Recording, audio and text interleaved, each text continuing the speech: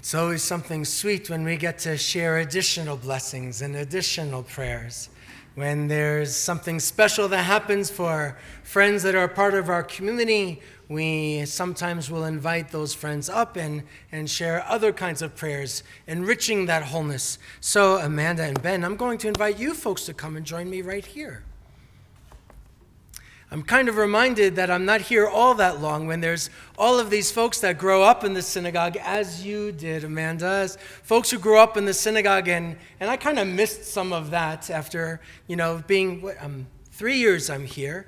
I think you went through the whole school and all of that kind of stuff a little bit beforehand, but to be able to still have an encounter with your family and to have an encounter here with this community and with both of you to wish you well and strength before you get married is a beautiful opportunity, not just for me, but truly for all of us.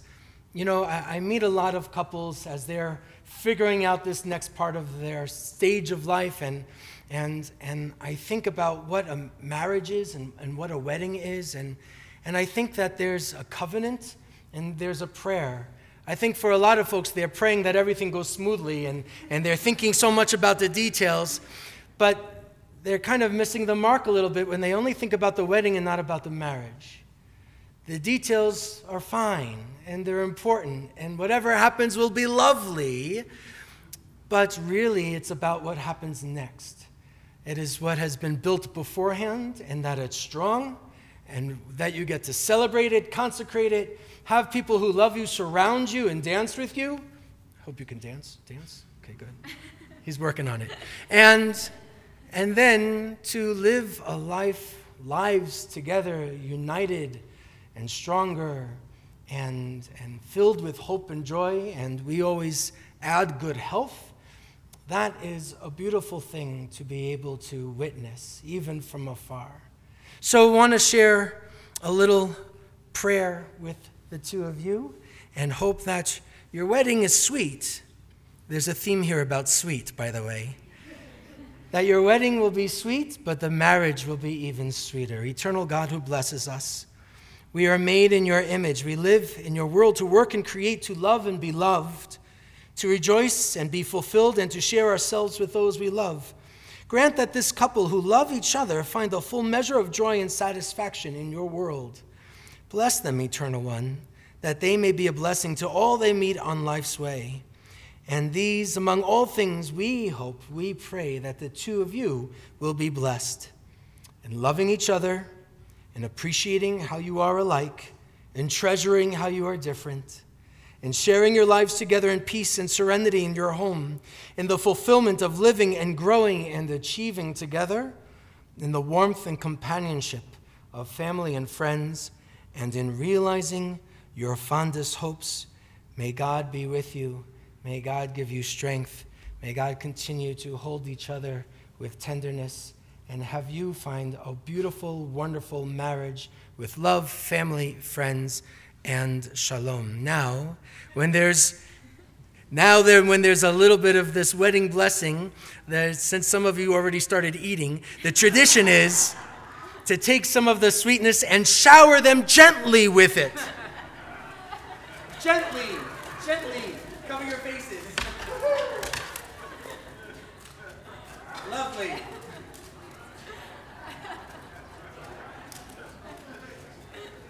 Somebody strong here. Mazel tov. Mazel tov. Good, you can be back. It must have been Dad.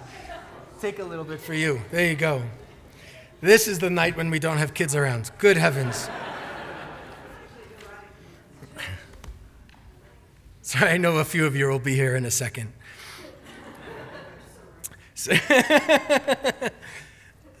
You ever hear the expression that you can't put one tuchus in two chairs? It's a good one. You can't put one tuchus in two chairs. If you don't know what a tuchus is, quietly ask your neighbor.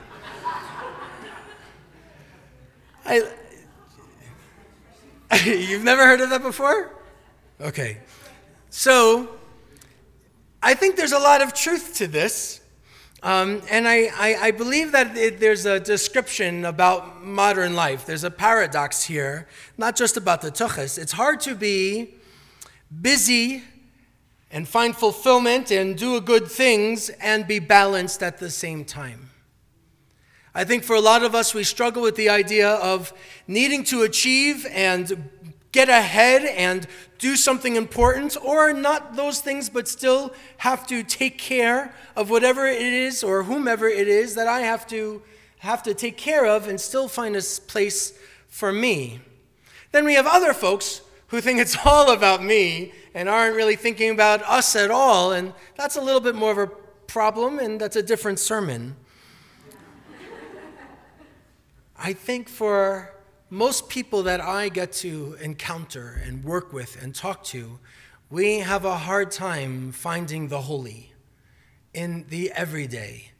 Maybe if I'm lucky, it comes up on Yom Kippur, if I really work hard at it and I spend the whole day with us, which is coming up. But there's other times when we might go on that hike, and I think that's kind of an easy holiness. It's amazing to live in this community and see the grandeur. It's kind of low-hanging fruit, but when you're not feeling so inspired, when there isn't grandeur ahead, how do we find the miracle in the everyday? I think it's hard to find the holy, and I think most of our lives, we kind of feel like it's a blur. We just got to get to this next piece. We're very busy. We have to achieve whatever it is, and it's blurry. And I think about, how do I do that? I talk about it a lot. Sacred, holy, rabbis, that's my thing. So how do I deal with that? And I have to be honest with you, it's not so easy.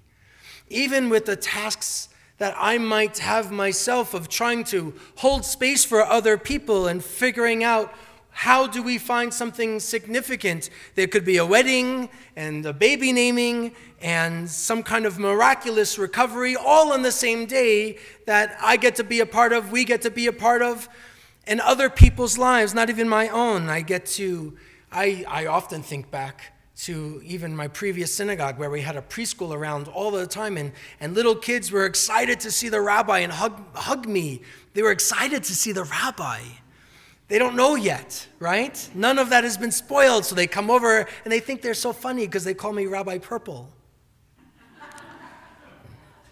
instead of Rabbi Green. Oh. So there's all of this good stuff that goes around, but I've also been in hospitals and have seen cancer in children and young fathers, and I've seen divorce, and I've seen miscarriage, and I've buried little caskets, and none of that makes sense to how I get to see something holy, and yet I know that it is. The problem is staying connected to this massive life cycle. How do we find our places in it? How can I be inspired so I can show up not just with an invitation that I got in the mail? I don't think I'm really that different from you. And how do I approach these big moments in your lives and other people's lives or in my life? Am I really any different because I might be a rabbi? I don't think so. I try to be present with people as best as I can when they need, sometimes painfully so. And sometimes I have to work extra hard not to tune out my own family after the waves that I might feel and be present for them as well. Also something that can be blurry. But moving from one moment to another, one experience to another, I think I am like everybody else, whether they are sales clerks or electricians or engineers or bus drivers or teachers or tailors or parents. I think we face a lot in our lives, but it's not often, somebody told me, that we actually face ourselves of who we are trying to be. Who do I aspire to be? What is the sense of self that isn't just about me, but that I can tap into so I can be more present elsewhere? It's at this time of year that I think about all of these things, because Tisha B'Av just passed. Tisha B'Av, the 9th day of the Hebrew month of Av, and marks the destruction of the 2 holy temples in Jerusalem. It's a day that's a calamity on the Jewish calendar, and we remember it with traditions of mourning. Mourning customs are in place, and even fasting is in place.